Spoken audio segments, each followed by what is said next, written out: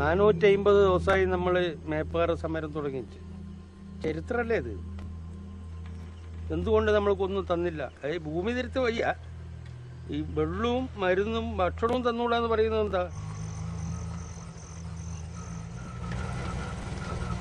മഞ്ഞിനെ പിടിക്കാൻ ചാടടി തത്തമ്മേ,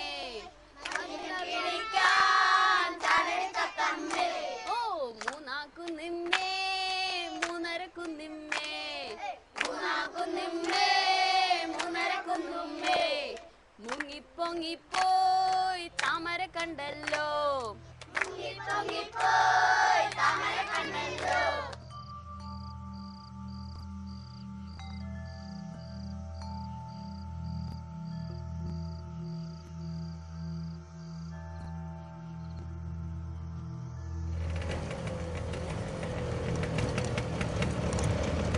എനിക്ക് നിന്നെ ഒന്ന് ഓട്ടണം.